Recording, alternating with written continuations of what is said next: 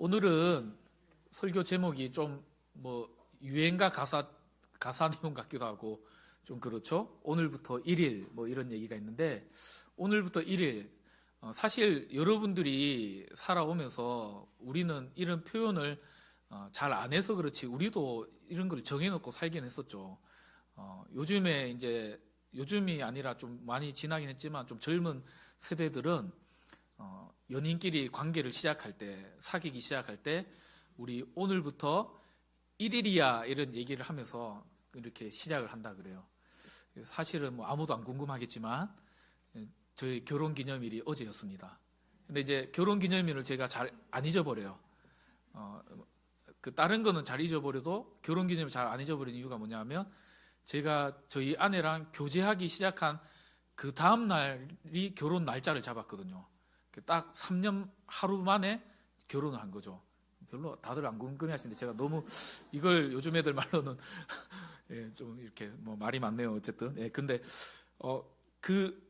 이제 제가 저희 아내랑 이렇게 교제할 때는 사실 아내한테 우리 오늘부터 1일이야 이런 얘기는 안 했어요. 그렇지만 제가 그날은 기억하고 있죠. 또 어디서 제가 고백했는 것도 기억하고, 저희 아내가 한 달여 가까이를 답을 안 해주다가 저 애가 한 장 그때 다 녹는 줄 알았어요. 제가 니 좋다. 근데 이제 거절당할 것 같아가지고 일단 지금 얘기하지 마라. 집에 가서 생각해보고 얘기해달라 하는데 한 달을 얘기 안 하더라고요. 그래서 제가 그때 이제 선교단체에 있을 때인데 저희 아내가 얘기를 안 해주니까 거기도 따라갔어요. 따라가가지고 막 이제 차량 운행하는 봉사도 막 하면서 저희 아내 그 소그룹에 그때 마이쮸가 처음 나왔을 때인데 마이쮸도 막 사주고 그 멤버 애들이 언니 마이쮸 이거 처음 나온 건데 우리 소그룹만 이거 있어요 그러면서 걔들은 다 몰랐죠. 이제 제가 저희 아내 때문에 사줬다는 걸. 자꾸 딴 데로 자꾸 새는데, 예. 어쨌든 그런 표현을 제가 하지 않았지만 날짜를 제가 기억하고 있는 거죠. 여러분들도 그렇잖아요. 결혼 기념일 다 언젠지 기억하시죠? 정병규 장로님 기억하시나요? 이게 잘못하면 이제 부부싸움 날 수 있습니다. 예. 근데 이제 언제요? 1월 5일. 권사님도 추울 때 결혼했네요. 저는 저희 아내가 지금도 원망처럼 듣는 게 왜 이렇게 추울 때 결혼했냐고 막 그렇게 얘기하는데, 빨리 결혼 안 하면 또 아내 놓칠까봐 그렇게 했는데, 어쨌든 여러분들도 다 이런 기념일 기억하잖아요. 이 얘기를 왜 하냐면 서두에 너무 장황스럽게 하지도 않아야 될 얘기도 하면서 얘기했는데, 오늘 본문이 어떤 내용이냐면, 우리가 지난주에 말씀 기억하겠지만 하나님이 모세를 여호와의 산에 올라오라 해가지고 이제 부르셨잖아요. 그래서 그 산에 올라가서 하나님이 모세에게 뭘 주셨죠? 돌판에 기록되어 있는 십계명 말씀을 이렇게 주셨잖아요. 그리고 난 이후에 가장 첫 번째로 하나님이 하신 명령이 있어요. 그게 뭐냐면, 다른 어떤 세부적인 규칙들을 가나안 땅에 들어가면 이제 백성들에게 이것도 하고 저것도 하고 요것도 하고 이렇게 지키며 살아가야 돼라고 말씀하기 전에 가장 첫 번째로 하신 게 있어요. 그게 뭐냐면 성막을 지으라는 거예요. 성막. 오늘 말씀을 이렇게 보면 그림 혹시 주화에 띄워줄 수 있어? 성막이 뭡니까? 여기에 조그맣게 나오지만 혹시 큰 그림으로 띄워줄 수 있겠어? 예, 이제 크게 보면 이렇게밖에 안 나오구나. 그럼 다시 앞에 거 미안해요. 예, 여기에 보면 이제 그림에 보면 이제 여기 동쪽에서가 이제 출입문이 있어요. 왜냐하면 이스라엘에게서 우리는 이제 동서남북 이럴 때 다 중요하게 뭐 여기는 그런 방향이 있잖아요. 특히 우리는 햇살이 어느 쪽으로 많이 들어오죠? 남쪽. 그래서 집을 지을 때도 남향 집을 좀 선호하잖아요. 그렇죠? 그래서 이제 보통 우리는 남쪽을 좀 좋게 생각하고, 또 우리 남북으로 분단돼 있다 보니까 북에 대해서, 북쪽 뭐 그쪽에 대해서는 조금 뭐 안 좋게 또 생각할 수 있는데, 이제 이스라엘 백성들은 뭐 이렇게 행군할 때도 그렇고 진행할 때도 그렇고 이 동쪽이 가장 우선순위를 두고 동쪽을 가장 이제 좋게 생각하는 그런 경향성들이 있죠. 근데 그렇다 보니까 출입문도 동쪽에 이렇게 있어요. 그럼 울타리가 이렇게 쳐져 있고 동쪽 출입문을 해서 들어가면 가장 먼저 있는 게 뭐가 있냐면 번제단이 있고, 그런 다음에 번제단을 지나서 손을 씻고 이렇게 하는 물두멍이 있고, 그 물두멍을 지나서 이제 성소로 들어가면 그 안에는 등잔과 금촛대가 있고, 또 그 안에 들어가면은 이제 또 휘장을 지나서 지성소로 들어가면 거기에 뭐가 있죠? 언약궤가 이제 들어있는 그런 성막을 우리 하나님이 이제 모세에게 만들라는 거예요. 근데 왜 이것을 만들었는가 이렇게 말하는 게 중요한 이유가 있을 거 아니에요. 그것을 우리가 오늘 좀 살펴봤으면 좋겠습니다. 근데 결론적으로 얘기하면 이 성막을 다 지었고 난 뒤에 출애굽기 40장 2절에 보시면 그 성막을 짓고 나니까 1월 1일이었다 이런 말이 나와요. 근데 이제 제가 이 설교를 준비하면서 강학종 목사님이 쓴 이제 성막에 대한 관련된 그 책이 있거든요. 그 책을 읽으면서 이 설교를 준비하는데 그분 말이 참 맞다고 싶은 게 뭐냐면, 우연히 성막을 짓고 나니까 우리는 생각할 때 1월 1일이 되었다라고 생각할 수 있잖아요. 그 40장 2절을 읽어보면. 근데 그게 아니라 하나님이 성막을 다 짓고 났을 그때를 이제 1일로 삼아라, 첫날로 삼아라 라고 말씀했는 게 그게 더 명확한 메시지라는 거죠. 왜냐하면 성경에는 우연이 있습니까? 없습니까? 하나님의 말씀에는, 하나님의 관점에 볼 때는 우연이라는 게 있어요? 없어요? 없는 거죠. 하나님의 관점에는 무조건 필연적이고 하나님의 계획하에 모든 것이 진행되어지기 때문에 성막을 다 짓고 났는데 하필 그때가 1월 1일인 거예요. 그 의미는 어떤 의미냐면 성막을 다 짓고 난 뒤에 하나님이 이렇게 얘기하신 거나 마찬가지예요. 아까 처음에 그 연예인이 나와서 오늘부터 1일이야 했던 그것처럼 요즘 아이들이 이성 간의 교제를 시작할 때 우리 오늘부터 1일이야 이렇게 얘기하는 것처럼 하나님께서 마치 이스라엘 백성들에게 또 오늘 살아가는 우리에게 이 성막을 관련해서 무슨 얘기하냐면 이 성막은 너와 나의 관계가 시작되는 가장 첫째 날이 이제 시작되는 그러한 중요한 지점이야 라고 말씀하시는 거라는 거죠. 그게 왜 그러냐면 오늘 말씀에 이제 약간 개론적으로 이 25장 1절과 9절의 내용을 가지고 우리가 두 가지의 그 성막의 목적을 살펴보면 알 수가 있어요. 첫 번째는 성막을 왜 만들라 했느냐. 다른 할 말도 많잖아요. 가나안 땅에 들어가면 십계명을 이제 주셨으니까 그 십계명에 관련된 그 메시지를 다시 언급하신다든지 아니면 거기에 대한 좀 더 세부적인 내용으로 너는 나 외에 다른 신을 섬기지 말라. 그러기 위해서는 1년에 몇 차례 너희가 제사를 드려야 된다라든지 아니면 너희가 가나안 땅에 들어가면 그 땅의 백성들처럼 담지 말라라고 하면서 그들이 먹어야 될 음식과 먹지 말아야 할 음식들을 이제 구분하면서 그것들에 대해서 언급해 준다든지 뭐 그런 얘기들을 하셔도 되는데 그것을 다 차치하고 가장 먼저 성막을 지으라라고 하신 이유가 있다는 거죠. 그건 뭐냐면 오늘 8절 말씀이에요.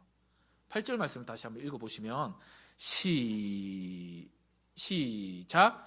내가 그들 중에 거할 성소를 그들이 나를 위하여 짓되.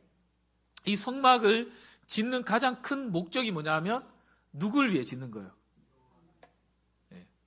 하나님 위해서 짓는다는 거예요. 무엇 때문에? 하나님과 인간인 이스라엘 백성들이 만날 수 있는 장소, 가시적인 그 장소를 만들기 위해서 하나님이 이 성막을 먼저 지으라 하셨다는 거예요.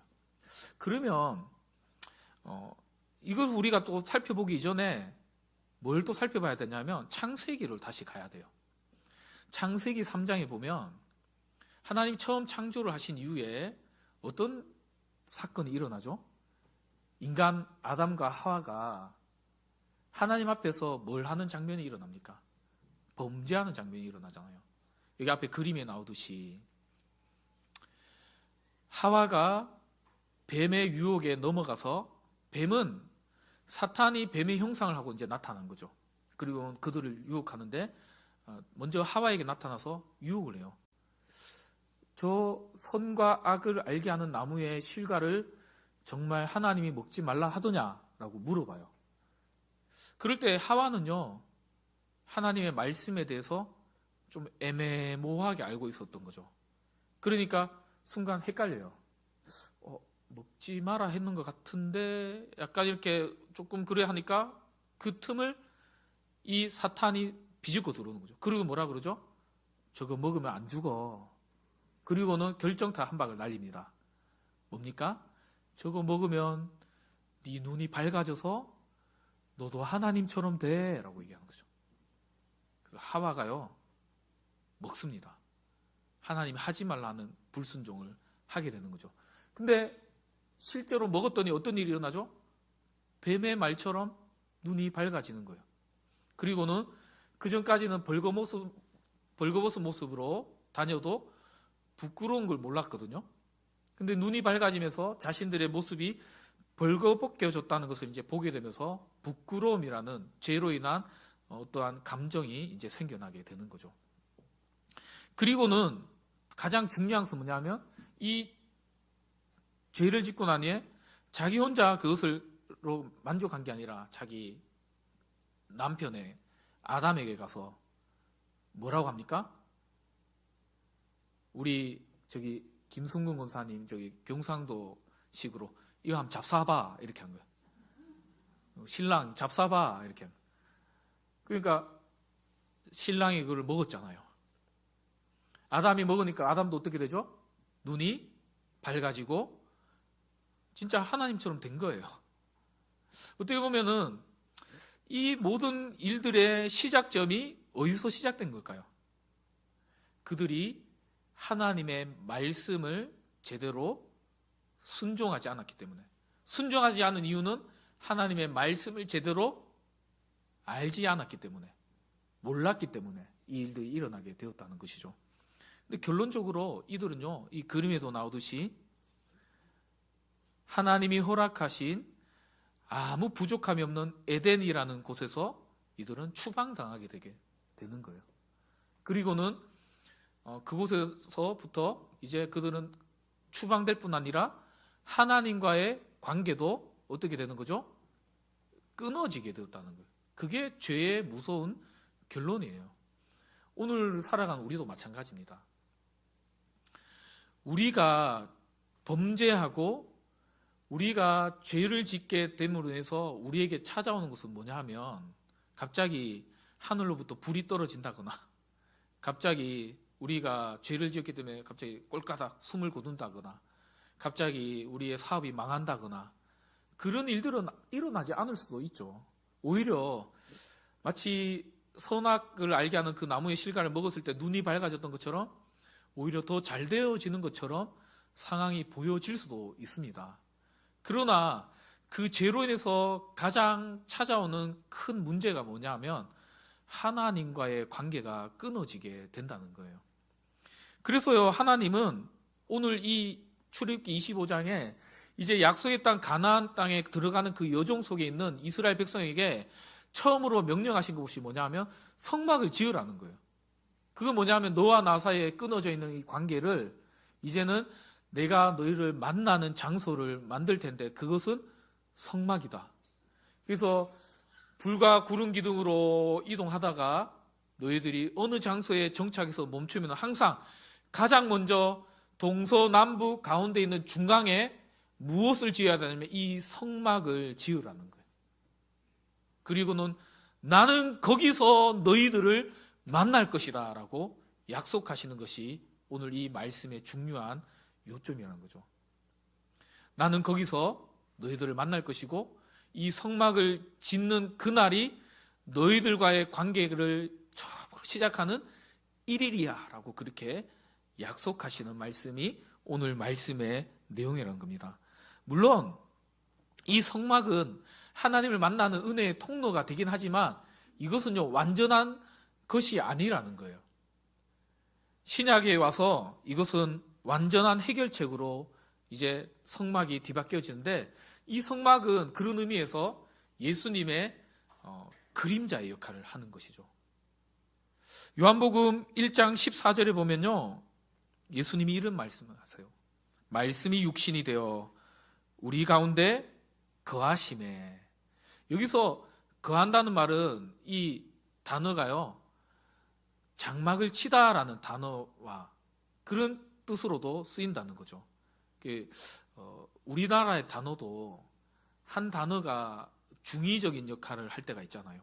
쉽게 쓰는 표현이 뭐죠? 외국인들이 늘 헷갈려하는 거, 그리고 어린 아이들이 헷갈려하는 거. 유명한 예화가 있잖아요. 할아버지와 손자가 목욕탕을 갔는데 할아버지가 시원하다 이렇게. 시원하잖아요. 저도 그 온천에 뭐 그렇게 사우나 하는 거 좋아하거든요.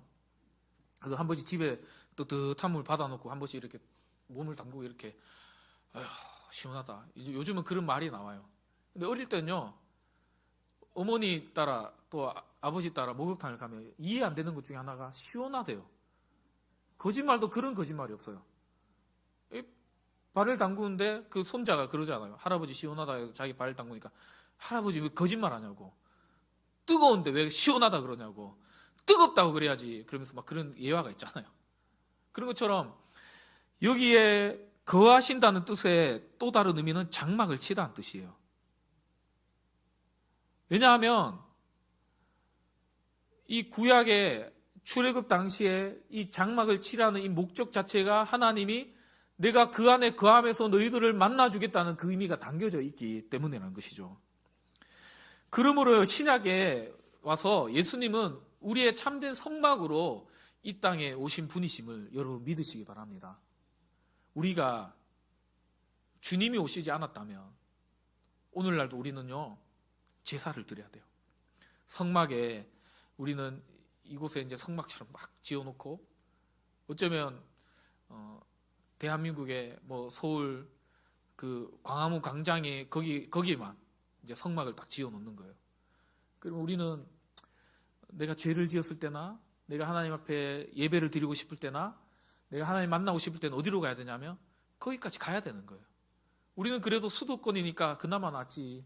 저기 지방, 뭐 통영, 남해, 광양 뭐 이런 데 사는 사람들 생각해 보십시오. 뭐 여수는 KTX가 있으니까 뭐 타고 온다 하더라도 얼마나 번거롭고 수고스럽습니까? 차가 없는 시절에는요, 걸어서 온다고 생각해 보십시오. 이스라엘이 그랬어요. 재물을 가지고요, 막 끌고 오다가요, 그 재물이 상하잖아요. 그럼 어떻게 해야 돼요? 다시 돌아가는 거예요. 다시 돌아가서 그 걔는 놔두고 또 멀쩡하고 실하고 좋은 그 첫 새끼를 데리고 다시 또 오는 거예요. 여러분, 그러한 수고로움과 번거로움 그런 것들을 다 차치하더라도 얼마나 그것이 힘들고 힘든 겁니까? 완전하지 않아요. 그러나 그 구약 시대에는 그러한 방법을 통해서 하나님이 이스라엘 백성을 만나주겠다고, 오늘부터 이제 너와 나의 관계는 1일이야. 내가 너를 사랑하는 이 은혜의 통로를 통해서 너는 나를 만나야 돼 라고 말씀해 주신 것이 성막을 지으라는 말씀이셨다는 것이죠. 여러분, 그러므로 우리는 예수님이 오신 이후에 우리에게 달라진 것이 있다면 무엇입니까? 우리는요, 어떤 특정한 장소를 가서 예수님을 만날 필요는 없어요. 오늘 내 안에 내주하시는 그 성령 하나님을 통해서 우리는 날마다 하나님 앞에 나아갈 수 있는 그 은혜의 길이 열렸다는 것이 우리에게는 얼마나 축복이고 감사이고 얼마나 큰 정말 은혜임을 우리는 기억하실 수 있기를 주님의 이름으로 간절히 축원드립니다. 고린도전서 3장 16절에 보면요, 이런 말씀이 있잖아요. 한번 같이 읽어볼까요? 시작. 너희는 너희가 하나님의 성전인 것과 하나님의 성령이 너희 안에 계시는 것을 알지 못하느냐. 요한복음 14장 26절인가요? 네, 거기 보면은 무슨 말씀이 있습니까? 예수님이 제자들이 막 떠나려 할 때 뭐라 그러죠? 나는 떠나지만 내가 하늘아버지께 기도해서 구하여서 너희들에게 보혜사를 보내주겠다. 근데 그 보혜사는 너희를 어떻게 한다고요? 영원히 떠나지 않고 함께 하실 것이다 라고 약속해 주잖아요. 바울이요, 그 주님의 말씀에 빗대어서 지금 이 얘기를 하는 거예요. 우리에게 보내시라 약속하신 예수 그리스도께서 약속하신 그 보혜사 성령 하나님이 예수를 믿는 우리 모두에게는 내주하셔서 함께 하시며 그분은 단 한 시간도 아니 단 1초도 떠난 적 없으시고 우리와 함께 해주시며 우리를 성전 삼으시고 그 몸된 성전 안에 우리와 함께 하시면서 우리가 하나님을 만나도록 하는 그 길을 열어주셨음을 여러분 믿으시기 바랍니다. 그러므로요 우리는 늘 우리 안에 항상 함께 계시는 그 성령 하나님과 또 우리 안에 내주하실 예수님을 우리는 붙들고 우리는 그 하나님을 날마다 만나기 위해서 애쓰며 살아가는 복된 성도 되시기를 주님의 이름으로 간절히 축원드립니다. 우리는 날마다 매 순간마다 하나님을 만날 수 있는 너무나도 큰 은혜가 우리에게 있잖아요. 그런데 우리는 살아가면서 뭔가 급하고 뭔가 문제가 있고 그럴 때만 때때로 하나님을 찾고 평상시에는 하나님과 상관없이 살아가는 모습은 아닌지 우리 스스로를 좀 돌아볼 수 있게 되기를 바랍니다. 우리는요 너무나도 좋은 시대예요. 은혜의 시대. 아까도 얘기했듯이 만약에 뭐 어디 세종시나 아니면 저기 뭐 강원도 저기 속초시나 뭐 저런 특정한 장소를 그곳에서만 하나님이 만나 주신다고 생각해 보세요. 그러면요 여기에 아마도 여러분들을 제가 폄하하는 것처럼 듣지 마시고 여기는 아마도 뭐 하려고 거기까지 가 그러면서 신앙생활 안 하실 분들도 있을지도 모르겠어요. 이러한 은혜의 시대에도 우리는요 너무나도 나의 유익과 나의 만족을 위해서 나의 편리대로 우리는 신앙생활 하잖아요. 때로는 하나님 앞에 나와서 예배하는 이 시간조차도 우리는 자꾸만 타협을 해요. 오늘은 이것 때문에, 오늘은 저것 때문에 그러면서요 자꾸만 이것을 다른 것과 바꾸려 하는 거죠. 은혜의 시대를 살아가는 우리가요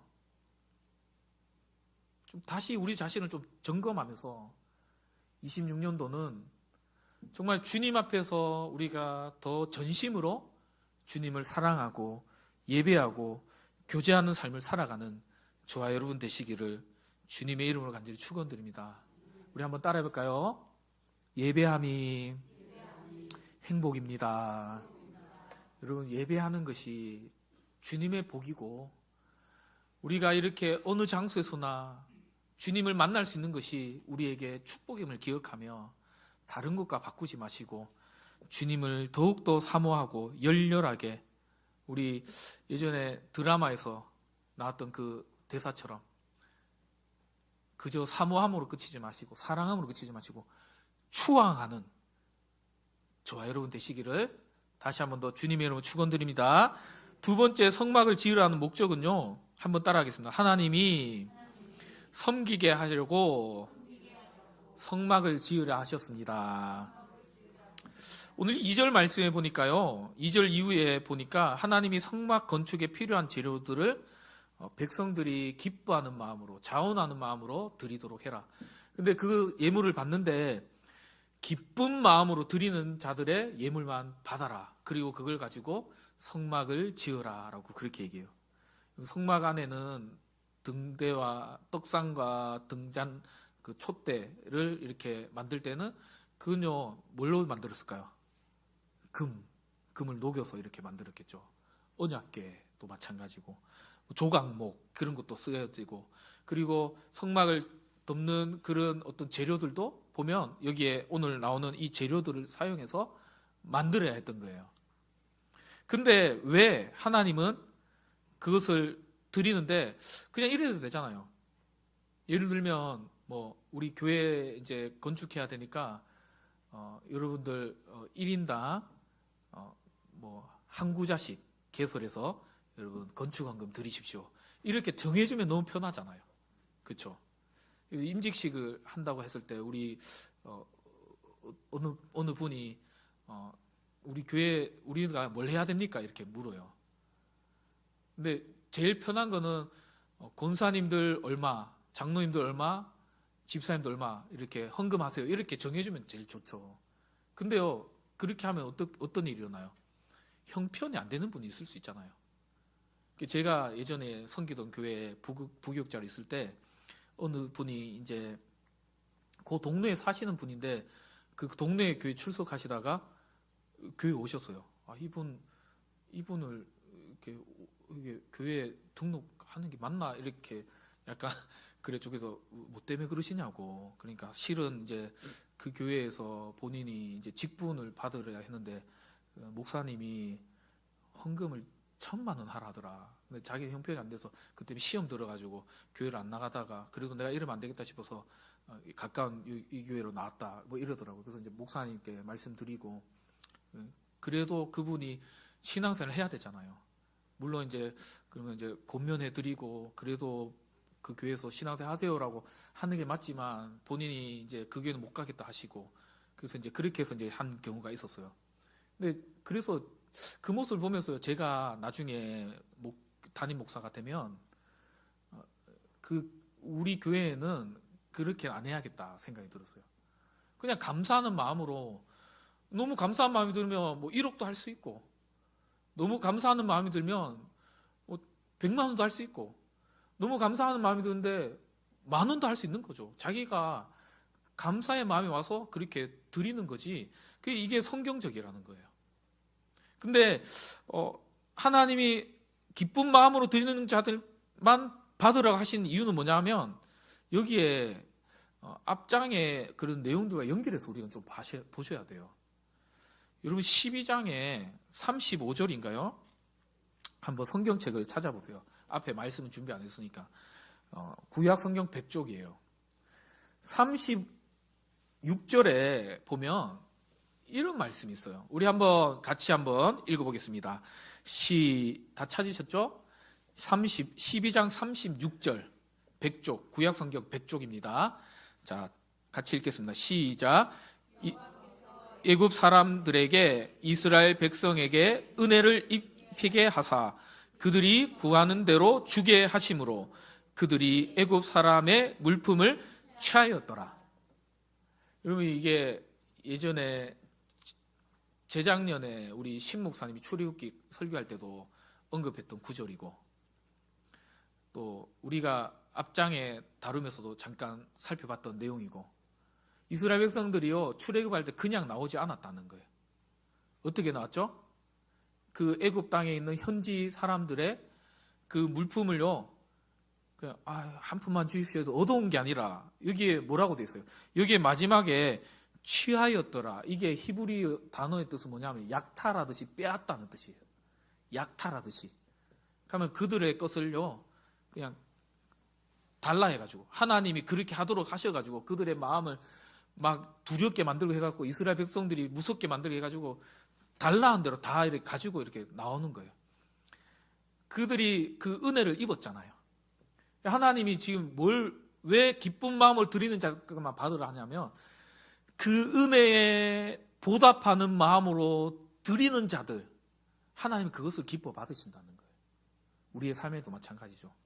우리가 하나님 앞에 무언가를 드릴 때 꼭 물질만을 말하는 것이 아니라 우리의 시간 또 우리의 섬김 우리의 물질 모든 것을 드릴 때 우리가 기쁨의 마음으로 하나님 나를 부르심에 감사합니다라는 그 순종의 마음으로 하나님 내게 주신 이 은혜에 내가 너무 감사하는 마음으로 내가 드립니다라는 그 마음으로 여러분 나아가시는 저와 여러분 되시기를 주님의 이름으로 간절히 축원드립니다. 우리 이제 장로님들 2분을 세우려고 하잖아요. 근데 그 과정에 시간이 좀 걸려요. 교육의 시간도 있고 노예 이제 시험도 고시도 쳐야 되고 우리가 합격했는데 고시 쳤는데 시험 떨어지면은 모르겠어요. 기다리게 해주는지 아니면 탈락하고 다시 투표하고 또 해야 되는지 그건 제가 알아볼 텐데 하여튼 뭐 그런 과정들이 필요하죠. 근데 물론 내 뜻과 다르게 이렇게 그 명단에 올라간 사람도 있을 거고 또 내 뜻과 일치하게 또 그 명단에 올라가신 분도 있을 줄 압니다만 우리가 그 부르심의 자리에 하나님 부르셨을 때 혹여나 내 마음에 기쁜 마음이 없다면 내려놓으셔도 괜찮을 것 같아요. 고사하셔도 괜찮을 것 같습니다. 근데 하나님이 부르셨을 때 기도하는 마음으로 어떤 부담감은 가질 수 있겠지만 순종하며 나아갈 때 하나님이 그 모습을 기쁘게 보시고 그러한 섬김을 통해서 교회도 은혜를 누리고 부흥의 역사가 일어난다는 것을 여러분 믿으시길 바랍니다. 물질을 드릴 때도 마찬가지예요. 여러분, 하나님은요 거지가 아니에요. 우리 하나님은요 100만 원, 200만 원, 뭐 1000만 원, 1억, 10억 그게 있어야 살고 없으면 못 사는 그런 사람 아니잖아요. 우리 하나님은 다 가지신 분인데, 근데 여러분들에게 하나님이 요구하시는 건 뭐냐면 어떤 마음으로 나오느냐는 거예요. 사무엘상 16장 9절에 너무 잘 우리에게 얘기하고 있잖아요. 사람은 외모를 보지만 나 여호와는 뭘 본다고요? 중심을 보느니라. 그러므로 하나님이 우리에게 주신 그 은혜들을 기억하면서 그것을 기쁨으로 드릴 수 있는 저와 여러분 되시기를 주님의 이름으로 간절히 축원드립니다. 우리의 시간도 드리고요, 우리의 물질도 드리고요, 우리의 마음도 기쁨으로 드릴 수 있는 저와 여러분 되시기를 다시 한 번 더 주님의 이름으로 축원드립니다. 여러분 한번 따라해볼까요? 은혜에는 사명이 있습니다. 하나님이 여러분들에게 은혜를 주실 때에는 하나님의 분명한 목적이 있다는 것을 아셔야 돼요. 다시 12장 36절 말씀 생각해보면 하나님이 그걸 다 취하게 하셨잖아요. 하나님 왜 취하게 하셨을까요? 그동안 너희들이 이곳에서 노예생활했으니까 아무 보상 없이 일했으니까 거기에 대한 보답을 내가 줄게 라고 하신 이유도 있겠죠. 근데 하나님은요 결코 그러신 분이 아니라는 거예요. 하나님의 이유가 있어서 그렇게 그걸 가지고 오라고 하신 거예요. 그게 뭐냐 하면 오늘 성막을 지으라, 그리고 이곳에 필요한 물질과 필요한 어떠한 재료들을 하나님은 기꺼이 바치게 하시려고 그것을 미리부터 받아서 오라고 그렇게 말씀하셨다는 거죠. 여러분, 우리에게도 하나님 주신 은혜들이 있을 줄 압니다. 우리가 올 한 해를 시작하는 이제 둘째 주지만 지나온 시간들을 한번 돌아보세요. 저도 설교를 준비하면서 한번 생각해 봤어요. 이제 제가 우리 등공교회 와서 저희 막내가 초등학생도 아닐 때 왔더라고요. 얘가 벌써 이제 6학년이 됐어요. 제가 처음으로 왔을 때 19년도 여름 성경학교 할 때 그 장면이 아직도 생생해요. 현준이가 너무 피곤했던지 엄마 품에 안겨가지고 성경학교 마지막 그 할 때 이렇게 막 잠들어 있는 모습. 그날 밴드에 찾아보면 사진이 있지 싶은데 그날 이렇게 집에 가서 밥인가 짜파게티인가 먹다가 그대로 식탁에서 이렇게인가 이랬더니 자는 장면. 그 현준이가 많이 커가지고 벌써 5학년이 됐어요. 소준이, 예은이 뭐 이런 애들 다 어렸잖아요. 강훈이 뭐 시간이 참 잘 가죠. 애들 보면 그런 것 같아요.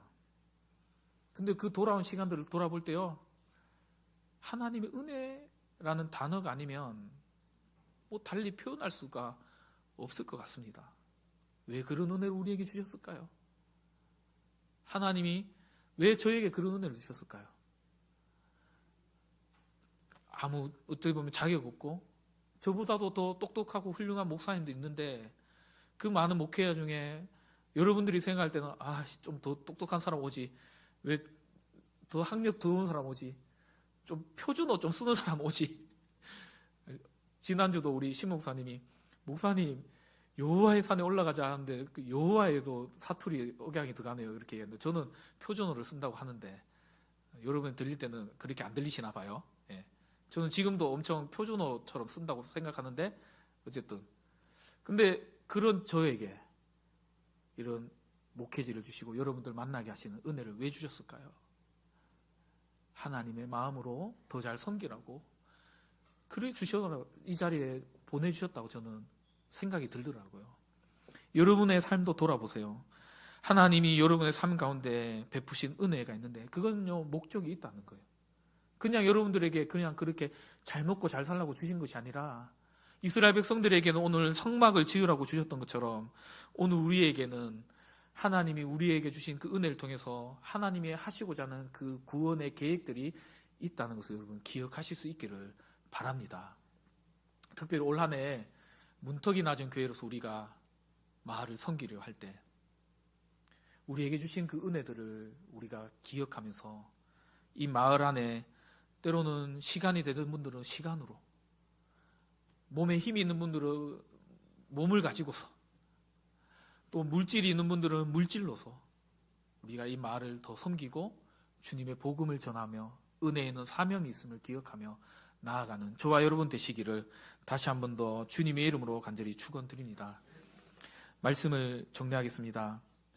여러분, 사실은 출애굽기 설교를요 지난주까지만 딱 하고 다른 본문으로 가고 싶었어요.